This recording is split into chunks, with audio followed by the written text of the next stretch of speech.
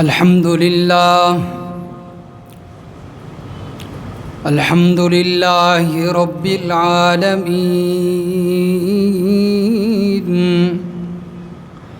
والعاقبة للمتقين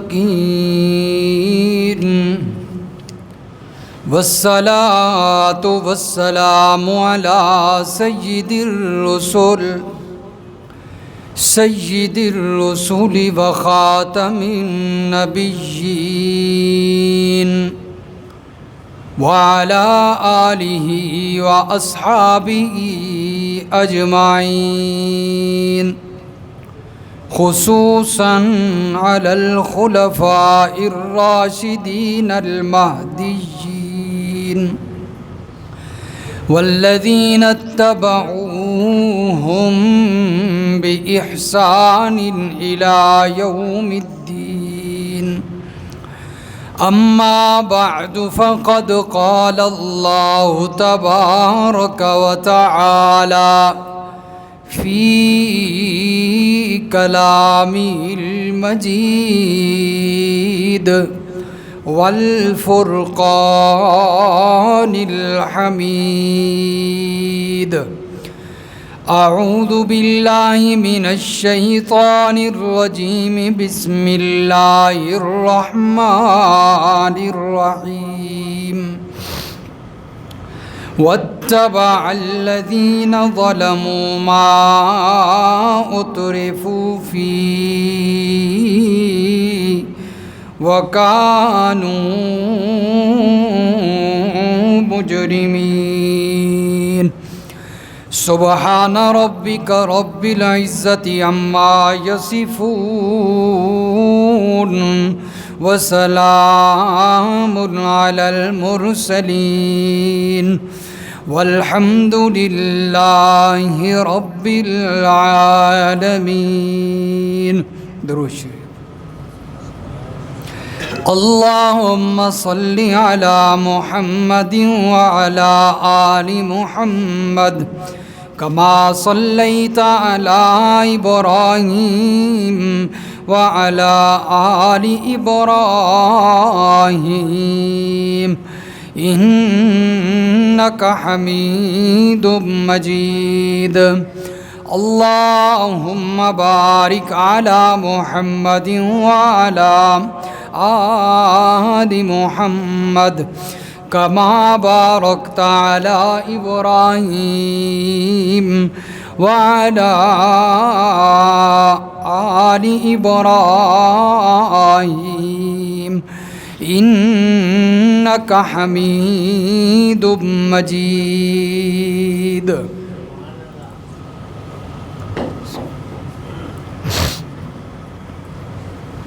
انتہائی واجب الاحترام محترم بزرگوں، عزیز دوستوں، نوجوان بھائیوں، السلام علیکم.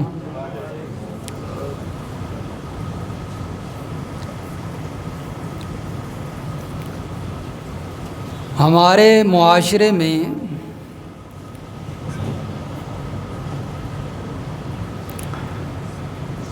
عیش پرستی ایک ایسی موذی بیماری ہے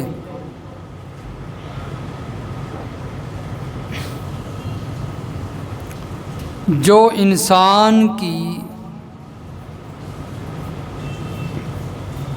غیرت اور ہمت کو موت کی نیند سلا دیتی ہے.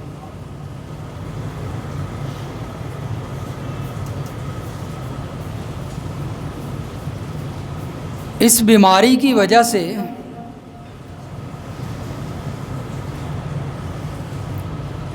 انسان حقیقی زندگی کی مٹھاس سے محروم ہو جاتا ہے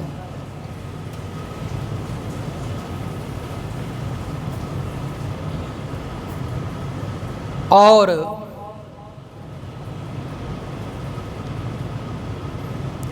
اس عارضی دنیاوی زندگی کو بہتر سے بہتر بنانے کی وجہ سے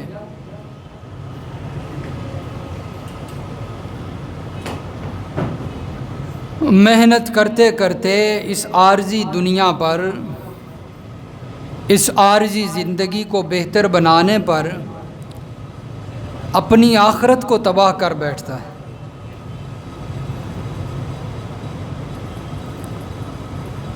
قرآن و حدیث کا مطالعہ کرنے کے بعد اور قرآن و حدیث میں غور و فکر کرنے کے بعد یہ بات واضح ہوئی کہ اللہ کے قرآن نے بھی اور نبی علیہ الصلاۃ والسلام کے فرمان نے بھی اس عیش پرستی والی بیماری کی مذمت بیان کی ہے۔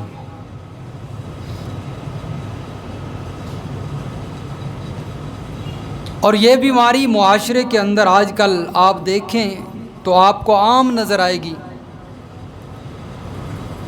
ہر انسان عیش پرستی کا خیال رکھتا ہے اور اس عیش پرستی کو آزادی کا نام دیتے ہیں اور نعرہ لگاتے ہیں کہ ہم آزادی چاہتے ہیں۔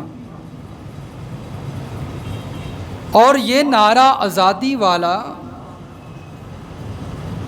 یہ وہ لوگ نعرہ لگاتے ہیں جن کا مقصد اسلام سے آزادی ہے۔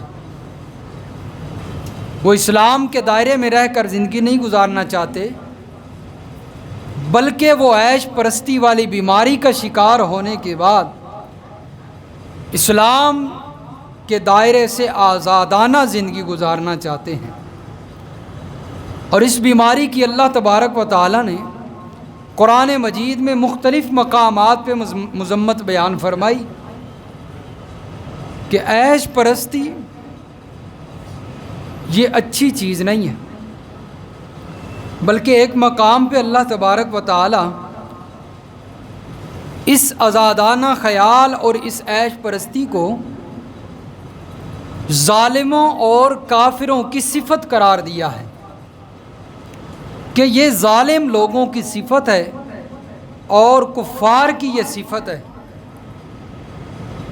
کہ وہ اپنے من چاہی اور اللہ کے احکامات سے ہٹ کر زندگی گزارنا چاہتے ہیں۔ چنانچہ سورۃ ہود ہے اور اس کی آیت نمبر 116 ہے۔ اللہ تعالیٰ فرماتے ہیں، فرمایا وَاتَّبَعَ الَّذِينَ ظَلَمُوا مَا أُتْرِفُوا فِيهِ وَكَانُوا مُجْرِمِينَ۔ اور ظالم لوگ، کافر لوگ پیچھے پڑ گئے اس چیز کے جس کے اندر انہیں آسودگی دی گئی، اور فرمایا وَكَانُوا مُجْرِمِينَ، مجرم بن گئے، نافرمان ہو گئے عیش پرستی کی وجہ سے، آزادانہ زندگی کی وجہ سے۔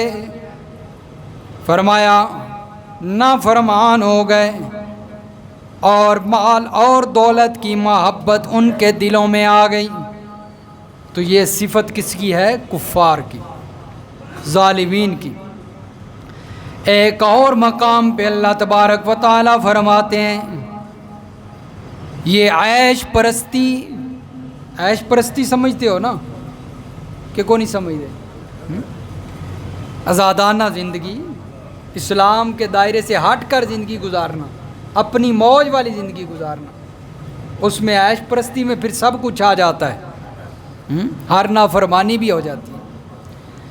فرمایا اس عیش پرستی کا نقصان یہ ہے، اس کی مذمت کو اللہ ایک اور مقام پہ کچھ اس انداز میں بیان فرماتے ہیں۔ سورۃ مریم ہے اور سورۃ مریم کی آیت نمبر 59 ہے۔ اللہ فرماتے ہیں یہ جو عیش پرستی ہے یہ آخرت کے عذاب کا سبب بن جاتی ہے، آخرت کے عذاب کا سبب بن جاتی ہے۔ چنانچہ اللہ فرماتے ہیں فَخَلَفَ مِن بَعْدِهِمْ خَلْفٌ اضاعوا الصلاۃ واتبعوا الشہوات فسوف یلقون غیا۔ ان کے بعد ان کے نالائق جانشین آ گئے جنہوں نے نمازوں کو ضائع کیا، واتبعوا الشہوات، اور انہوں نے خواہشات کی پیروی کی، عیش والی زندگی، من چاہی زندگی گزارنا چاہیے۔ فسوف یلقون غیا، اللہ فرماتے ہیں وہ ڈالے جائیں گے آخرت میں عذاب کے اندر۔ تو یہ عیش پرستی عذاب کا سبب بن گئی۔ آزادانہ خیال لے کر رکھ کر زندگی گزارنا آخرت کے اندر عذاب کا سبب بن گئی۔ ایک اور مقام پہ اللہ تبارک و تعالیٰ فرماتے ہیں یہ عیش پرستی دنیا کے اندر بھی ہلاکت کا سبب بن جاتی ہے۔ چاہتا تو ہر انسان ہے نا آزادانہ خیال، لیکن فرمایا اس کی مذمت کیسے اللہ نے بیان کی؟ فرمایا یہ دنیا کے اندر بھی لوگوں کی ہلاکت کا سبب بن جاتی ہے۔ سورۃ الانبیاء اور سورۃ الانبیاء کی آیت نمبر 11 ہے۔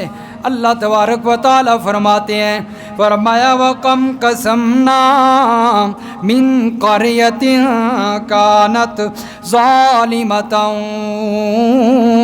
وَأَنشَأْنَا بَعْدَهَا قَوْمًا آخَرِينَ۔ فرمایا کتنی بستیاں ہیں ہم نے ان کو توڑ کے رکھ دیا، تباہ کر کے رکھ دیا۔ کانت ظالمہ، ظالم بستیاں تھیں، شرک کرنے والی بستیاں تھیں۔ وَأَنشَأْنَا بَعْدَهَا قَوْمًا آخَرِينَ، اور ہم نے ان کے بعد دوسری بستیاں پیدا کر دیں، دوسرے لوگ پیدا کر دیے۔ پہلوں نے نافرمانی کی، ظلم کیا، تو اللہ تبارک و تعالیٰ نے انہیں ہلاک کر دیا۔ ان کی جگہ پہ اللہ اور لوگوں کو لے آئے، اس لیے کہ اللہ اس بات کے محتاج نہیں۔ اللہ فرماتے ہیں اگر تم نہیں مانو گے تمہیں ختم کر کے اور لے آؤں گا جو ماننے والے ہوں گے۔ فَلَمَّا أَحَسُّوا بَأْسَنَا إِذَا هُمْ مِنْهَا يَرْكُضُونَ، جس وقت انہوں نے ہمارے عذاب کو محسوس کیا تو اس عذاب سے بھاگ رہے تھے، بچنے کے لیے بھاگنے لگے۔ اللہ فرماتے ہیں لا ترکضوا وارجعوا الی ما اترفتم، نہ بھاگو، کہاں بھاگتے ہو، لوٹو نہ اس چیز کے اندر جس کے اندر تمہیں خوشحالی دی گئی، اپنی عیش و عشرت کے اندر لوٹو نہ۔ تنزیہ اللہ فرما رہے ہیں کہ تم بڑی عیش و عشرت کے ساتھ زندگی گزارنا چاہتے تھے، تمہیں میرے کسی حکم کی پرواہ کوئی نہیں تھی، اپنی من چاہی زندگی گزارنا چاہتے تھے، جس کی وجہ سے اللہ کی پکڑ آئی، اللہ کا عذاب آ گیا۔ تو معلوم ہوا کہ اس عیش پرستی کی وجہ سے انسان کے دنیا کے اندر ہی یہ چیز انسان کی ہلاکت کا باعث بن جاتی ہے۔ یہ عیش پرستی دنیا میں بھی ہلاکت کا سبب بن جاتی ہے۔ ایک اور مقام ہے اللہ تبارک و تعالیٰ نے فرمایا یہ عیش پرستی، آزادانہ خیال، اسلام کے دائرے سے ہٹ کر زندگی گزارنے والا خیال، یہ سوچ، یہ اتنی بیماری ہے، سخت خراب سوچ ہے۔ اللہ فرماتے ہیں انسان کو نیکی سے دوری کا سبب بن جاتی ہے۔ انسان پھر نیکی کے قریب نہیں آتا، پھر انسان نیکی سے دور ہوتا چلا جاتا ہے جب اس عیش پرستی والی زندگی میں ڈوب جاتا ہے۔ رب العالمین فرماتے ہیں سورۃ التوبہ آیت نمبر 81 ہے، رب العالمین کا قرآن پارہ نمبر 10 ہے۔ اللہ فرماتے ہیں فرح المخلفون بمقعدہم خلاف رسول اللہ، پیچھے رہنے والے خوش ہو گئے، اپنے پیچھے رہنے کی وجہ سے۔ جنگ لگی ہوئی ہے، اللہ کے پیغمبر نے حکم دیا جلدی کرو، تیاری کرو، نکلو جنگ کے لیے، جہاد ہے، نیک کام ہے، لیکن کچھ لوگوں کے دلوں کے اندر بے ایمانی آ گئی، جنگ میں جائیں گے تو مارے جائیں گے، رک گئے، اللہ کے نبی سے اجازت مانگ لی، جی ہمارے گھر میں یہ عذر موجود ہے، میرے والدین بوڑھے ہیں، خدمت کرنی ہے، بچے چھوٹے ہیں، گھر کی دیواریں نہیں ہیں، اس لیے گھر کے اندر کوئی اور آدمی اور بندہ نہیں ہے، اجازت دیجئے، گھر واپس رہ گئے، نہیں گئے اللہ کے نبی کے ساتھ۔ وَكَرِهُوا أَن يُجَاهِدُوا بِأَمْوَالِهِمْ وَأَنفُسِهِمْ فِي سَبِيلِ اللَّهِ، فرمایا انہوں نے ناپسند کر لیا اللہ کے راستے میں اپنے مال کے ساتھ، اپنے جان کے ساتھ، اپنی فرمایا زندگی کے ساتھ جہاد کرنے کو ناپسند کر لیا اور گھر میں بیٹھے رہ گئے۔ کہاں بیٹھے رہے؟ گھر میں بیٹھے رہے، بہانے کر دیے، نہیں گئے۔ وَقَالُوا لَا تَنْفِرُوا فِي الْأَرْضِ، اللہ فرماتے ہیں قُلْ نَارُ جَهَنَّمَ أَشَدُّ حَرًّا، میرے پیغمبر نے کہیے جہنم کی آگ کی گرمی اس سے بھی زیادہ سخت ہے، نہیں گئے، وہاں جائیں گے تو گرمی ہے بہت زیادہ، کیسے جہاد کریں گے، مارے جائیں گے، پیاس برداشت نہیں ہوگی، تو اس وجہ سے گھر میں ہی بیٹھے رہ گئے، جھوٹے عذر کر دیے، بہانے کر دیے اللہ کے نبی کو۔ اللہ فرماتے ہیں اس عیش والی زندگی کی وجہ سے یہ گھر میں بیٹھنا اور جہاد میں جانا اور وہاں پر جا کر دشمن سے لڑنا، یہ دونوں برابر تو نہیں ہے نا۔ گھر میں سکون ہے اور وہاں پر جا کر لڑنا ہے، مقابلہ کرنا ہے، تلوار بازی کرنی ہے، نیزہ چلانا ہے، تو یہ وہاں پر تو ہمت دکھانی ہے نا، تو وہ کام مشکل ہے، اور گھر میں بیٹھنا کیا ہے، آسان ہے۔ انہوں نے اس عیش والی اور آسانی والی زندگی کو پسند کر لیا، اللہ فرماتے ہیں اس کی وجہ سے نیکی سے دوری کا سبب بن۔ جہاد کرنا نیکی کا کام ہے نا، جہاد نیکی کا کام ہے، فرمایا اس نیک کام سے رہ گئے تو ان کا سبب رہنے کا کیا بنی، آسانی والی زندگی، عیش والی زندگی۔ اس لیے فرمایا کہ یہ جو عیش والی زندگی ہوتی ہے یہ انسان کو نیکی سے دور کر دیتی ہے، آزادانہ خیال، سہولت والی زندگی۔ فرمایا اسی طرح ایک اور مقام پہ اللہ فرماتے ہیں یہی زندگی انسان کی عیش پرستی والی زندگی نعمت سے ناشکری کا سبب بن جاتی ہے، پھر بندہ انسان اتنی عیش و عشرت میں چلا جاتا ہے یہ بھی بھول جاتا ہے کہ اللہ کی نعمتوں کا شکریہ بھی ادا کرنا ہے، ناشکرا بن جاتا ہے۔ تو یہ قرآن مجید کے اندر اس سوچ اور اس بیماری کی مذمت بیان کی گئی ہے۔ آج ہر انسان یہ چاہتا ہے، ہر انسان کی، میری، آپ کی یہ سوچ ہوتی ہے کہ ہم آزادانہ زندگی گزاریں، اپنی منچاہی زندگی گزاریں، اسلام کے دائرے سے ہٹ کر زندگی گزاریں، عیش پرستی والی زندگی ہو، تو اس کے اندر پھر بیہودہ کام بھی ہوں۔ تو فرمایا کہ اس زندگی کو قرآن نے مذموم کہا ہے، مذمت بیان کی، اور حدیث کا اگر مطالعہ کیجئے تو احادیث کے اندر بھی یہ بات ہی ملے گی کہ اللہ کے پیغمبر نے عاجزانہ زندگی کو جو ہے وہ اہمیت دی ہے، سادگی جو ہے اس کو اللہ کے نبی نے پسند فرمایا ہے، اور فرمایا عیش والی زندگی کو اللہ تبارک و تعالیٰ کے پیغمبر نے بھی منع فرمایا ہے۔ ایک حدیث پاک ہے، حضرت ابو سعید خدری رضی اللہ تعالیٰ عنہ فرماتے ہیں نبی علیہ الصلوۃ والسلام منبر پر تشریف لاتے ہیں، خطبہ ارشاد فرما رہے ہیں، اور ہم تمام صحابہ کرام منبر کے ارد گرد بیٹھے ہوئے ہیں، اللہ کے نبی صلی اللہ علیہ وسلم کی گفتگو سماعت فرما رہے ہیں۔ اللہ کے نبی فرماتے ہیں میں اپنے بعد تم لوگوں کے متعلق دنیا کی زیب و زینت سے ڈرتا ہوں۔ میں اپنے بعد تم لوگوں کے متعلق دنیا کی زیب و زینت سے ڈرتا ہوں۔ اللہ کے نبی جب یہ بات ارشاد فرما رہے ہیں تو اس وقت جو سننے والے حضرات ہیں وہ سارے صحابہ کرام ہیں۔ سارے کیا ہیں؟ صحابہ کرام، جن کی تربیت اللہ کے نبی نے فرمائی ہے، جن کے استاد خود اللہ کے پیغمبر ہیں، ان کو اللہ کے پیغمبر یہ بات ارشاد فرما رہے ہیں کہ میں اپنے جانے کے بعد تمہارے متعلق دنیا کی زیب و زینت سے ڈرتا ہوں۔ اب صحابہ کرام جن کی تربیت اللہ کے نبی نے خود فرمائی ہو، وہ دنیا کی زیب و زینت میں کیسے جو ہے وہ مصروف ہو سکتے؟ وہ تو بالکل دنیا سے بے رغبت ہیں۔ معلوم ہوا کہ صحابہ کرام کے بعد آج کا جو معاشرہ اس وقت ہمیں نظر آتا ہے، اس کو اللہ کے نبی نے خبردار کیا تھا کہ خیال رکھنا ایسا وقت آ جائے گا کہ تم دنیا کی زیب و زینت میں ڈوب جاؤ گے اور دنیا کی محبت میں ڈوب جاؤ گے۔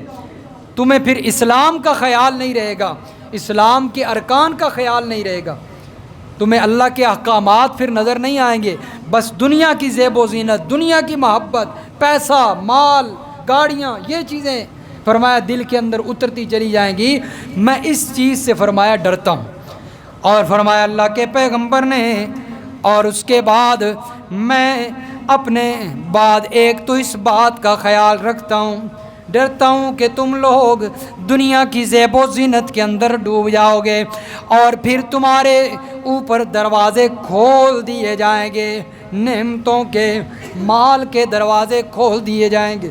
اور پھر جب مال آ جاتا ہے تو آپ پہلے سن چکے ہیں کہ وہ انسان کے لیے کتنی جو ہے وہ قباحتوں کا سبب بن جاتا ہے، نیکی سے دوری ہو جاتی ہے، دنیا کی ہلاکت کا سبب، آخرت کے عذاب کا سبب، تو بڑی چیزوں کا سبب بن جاتا ہے۔ ایک اور مقام پہ اللہ کے پیغمبر فرماتے ہیں، ابو سعید خدری رضی اللہ تعالیٰ عنہ نے فرمایا ان الدنیا حلوۃ خضرۃ وَإِنَّ اللَّهَ مُسْتَخْلِفُكُمْ فِيهَا فَيَنْظُرُ كَيْفَ تَعْمَلُونَ فَاتَّقُوا الدُّنْيَا وَاتَّقُوا النِّسَاءَ۔ اللہ کے پیغمبر نے فرمایا ان الدنیا حلوۃ خضرۃ، دنیا بڑی سرسبز ہے، میٹھی ہے، دنیا بڑی سرسبز ہے، میٹھی ہے، ہر انسان کا دل کرتا ہے کھانے کو، ہر انسان کے دل کو بھاتی ہے دنیا، لیکن فرمایا اللہ تعالیٰ تمہیں اس کے اندر نائب بنانے والا ہے، فَيَنْظُرُ كَيْفَ تَعْمَلُونَ، وہ تمہیں دیکھے گا کہ تم کیسے عمل کرتے ہو دنیا میں۔ اللہ تعالیٰ تمہیں دنیا میں بھیجنے والا ہے، تمہیں دنیا کا جو ہے وہ نظارہ کروانا اللہ نے، فرمایا وہ دیکھے گا کہ تم دنیا میں آ کر کیسے عمل کرتے ہو۔ دنیا دارالامتحان ہے نا، یہاں پر یہی امتحان چل رہا ہے کہ کون اچھے عمل کر رہا ہے، کون برے عمل کر رہا ہے، تو مرنے کے بعد اس امتحان کا نتیجہ سامنے ہوگا۔ اس لیے فرمایا دنیا بڑی میٹھی ہے، بڑی سرسبز ہے۔ اور اللہ کے پیغمبر نے فرمایا فَاتَّقُوا الدُّنْيَا، دنیا سے بچو، دنیا سے بچو، وَاتَّقُوا النِّسَاءَ، اور عورتوں سے بچو، وَاتَّقُوا النِّسَاءَ، عورتوں سے بچو۔ دنیا کا تذکرہ اللہ کے نبی فرما رہے ہیں، ساتھ ہی عورتوں کا بھی تذکرہ آ گیا، فرمایا دنیا سے بھی بچنا ہے، عورتوں سے بھی بچنا ہے۔ اس لیے کہ فرمایا جس طرح دنیا کی محبت دل کے اندر بٹھانا ایک مذموم چیز ہے، فرمایا اچھا نہیں ہے، اسی طرح فرمایا غیر محرم عورت کی محبت کو بھی دل میں بٹھانا اچھا نہیں ہے۔ عورتوں سے بھی بچنا، جس طرح دنیا لوگوں کو گمراہ کر سکتی ہے، دنیا کی جائیداد، دنیا کی سرسبز و شاداب، اس کی جو ہے وہ فرمایا مال، دنیا کی یہ سرسبز و شاداب عیش و عشرت جس طرح یہ لوگوں کو گمراہ کر سکتی ہے، فرمایا اسی طرح عورت بھی یہ بھی لوگوں کو اپنے حسن کی وجہ سے خراب کر سکتی ہے۔ فرمایا یہ بھی لوگوں کو گمراہ کر سکتی ہے، اس لیے دنیا کی محبت سے بھی بچنا، عورت کے محبت سے بھی بچنا، تو غیر فطری کوئی چیز فرمایا نہ کرنا۔ اسی طرح اللہ کے پیغمبر نے ایک اور اللہ کے پیغمبر کا فرمان، بلکہ صحابی رسول ذکر فرماتے ہیں، دنیا کی بے رغبتی دیکھیے صحابہ کے اندر، کیونکہ اللہ کے نبی نے تربیت کی تھی اور اللہ کے نبی صلی اللہ علیہ وسلم نے دنیا کی زیب و زینت سے، دنیا کی راحت سے بچنے کا حکم دیا تھا۔ ایک صحابی ہیں اور وہ تشریف لے کر جاتے ہیں، فضالہ بن عبید صحابی ہیں ان کے پاس، اور جا کر کہتے ہیں یہ مصر کے اندر مقیم تھے، یہ وہاں پر چلے گئے اور انہیں جا کر کہتے ہیں میں تمہیں کوئی خاص ملنے نہیں آیا، میں کوئی خاص تمہارے لیے تیاری بنا کے نہیں آیا کہ میں فضالہ سے جا کر ملوں، بڑا عرصہ ہو گیا ہے ملاقات نہیں ہوئی۔ کہنے لگے میں اس مقصد کے لیے نہیں آیا، بلکہ ایک حدیث تھی جو میں نے اور آپ نے مل کر اللہ کے پیغمبر سے سنی تھی، وہ حدیث اگر تمہیں یاد ہے تو وہ میں دوبارہ پوچھنے آیا ہوں۔ کس مقصد کے لیے آیا ہوں؟ حدیث پوچھنے کے لیے آیا ہوں، علم کی مقصد سے۔ ایک حدیث نہیں ذہن میں آ رہی اور اپنے ساتھ والے ساتھی سے پوچھنے چلے گئے کہ اللہ کے پیغمبر نے کیسے وہ ارشاد فرمائی تھی، مجھے سنائیے، مجھے بتائیے۔ تو دین کا علم سیکھنا یہ بہت ضروری ہے۔ ہم دنیا کا علم سیکھنے کے لیے جد و جہد بھی کرتے ہیں، پیسہ بھی خرچ کرتے ہیں، محنتیں بھی کرتے ہیں، گھر والدین کو بھی چھوڑ کر ان سے جدا زندگی گزار رہے ہوتے ہیں، دوسرے ملکوں کے اندر پڑھنے کے لیے چلے جاتے ہیں، صرف کس مقصد کے لیے؟ دنیا حاصل کرنے کے لیے، دنیا کی تعلیم کے لیے۔ لیکن دین کی تعلیم کتنی ضروری ہے، دیکھیں ایک پیغمبر کے صحابی ہیں اور انہیں حدیث بھول گئی اور وہ حدیث سیکھنے کے لیے دوبارہ چلے گئے، سفر کر کے، کتنا پیدل سفر کر کے چلے جایا کرتے، اور دین کی تعلیم حاصل کرنے کا جذبہ، اس لیے ان کو دین کی تعلیم کی اہمیت کا پتہ، ہمیں اس کی اہمیت ختم ہو گئی ہیں، ہم نے کبھی اس کی اہمیت نہیں سمجھی کہ دین کی تعلیم کتنی ضروری ہے۔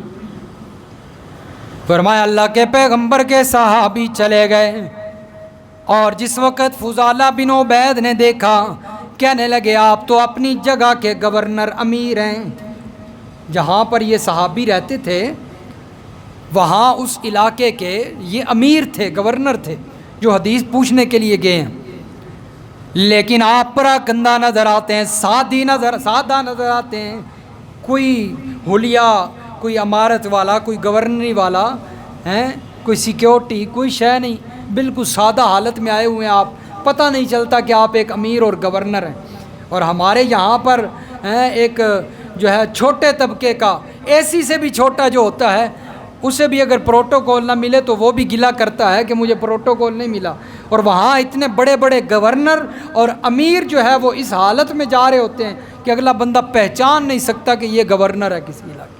یہ ہے اسلام، یہ ہے دین کی تعلیم، جس نے یہ بات سکھلائی ہے، جس نے دین کی اہمیت بتلائی ہے، اس نے دنیا کی محبت دل میں نہیں آنے دی بلکہ دین کی محبت کو دل میں رکھا ہے۔ یہ دین کی تعلیم کا اثر ہوتا ہے۔ فرمایا آپ پراگندہ نظر آتے ہیں، سادہ نظر آ رہے ہیں، اور حدیث کے اندر ہے، روایت کے اندر ہے، وہ ننگے پاؤں ان کے قریب پہنچے تھے، سواری سے اترے ہوں گے، جوتے اتار دیے ہوں گے کچھ وقت کے لیے، اپنے تھیلے میں ڈال لیے ہوں گے، تو وہ دیکھتے ہیں پاؤں بھی ننگے ہیں اور سادہ بالکل ہیں، امیر اور گورنر، تو آپ اتنے سادگی کے ساتھ آئے ہیں، اور وہ صحابی جو حدیث پوچھنے کے لیے آئے تھے جواب دینے لگے کیا آپ نے اللہ کے پیغمبر کا فرمان نہیں سنا کہ اللہ کے پیغمبر نے دنیا کی زیب و زینت سے منع فرمایا ہے؟ دنیا کی زیب و زینت سے منع فرمایا ہے۔ اور آج ہمارا حال دیکھیے، ہم نے تھوڑا سا کہیں جانا ہو تو ہماری ٹیپ ٹاپ ہی نہیں ختم ہوتی، 2 گھنٹے ہمارا میک اپ ہی نہیں مکمل ہوتا، زیب و زینت ہی نہیں تام ہوتی ہیں۔ تو سادگی کو اللہ کے پیغمبر نے پسند فرمایا، عیش پرستی سے اللہ کے پیغمبر نے منع فرمایا۔ یہ عیش پرستی کے اندر آ جاتا ہے، زیب و زینت، ٹیپ ٹاپ ہیں۔ میں اگلے جمعہ پہ، ابھی تو وقت تھوڑا ہے، اگلا جمعۃ المبارک پہ انشاءاللہ مزید اسی مضمون پہ گفتگو کروں گا، اس کے نقصانات، اور پھر اس عیش پرستی کے اندر کیا کیا آتا ہے جو آج کل ہمارے اندر پیدا ہوتا جا رہا ہے، ہماری سوچ بنتی جا رہی ہے، کیا کیا چیزیں اس میں آتی ہیں۔ تو انشاءاللہ زندگی رہی تو اگلے جمعہ پہ بیان کروں گا۔ تو قرآن و حدیث کی روح سے آپ نے اس زندگی کی مذمت سن لی ہے کہ قرآن نے بھی مذمت بیان فرمائی عیش پرستی اور آزادانہ خیال اور اسلام کے دائرے سے ہٹ کر زندگی گزارنے کو قرآن نے بھی مذموم کہا، اور محمد الرسول اللہ صلی اللہ علیہ وسلم کے سچے فرمان نے بھی مذموم کہا۔ اللہ تعالیٰ سمجھ نصیب فرمائے، عمل کی توفیق ہے۔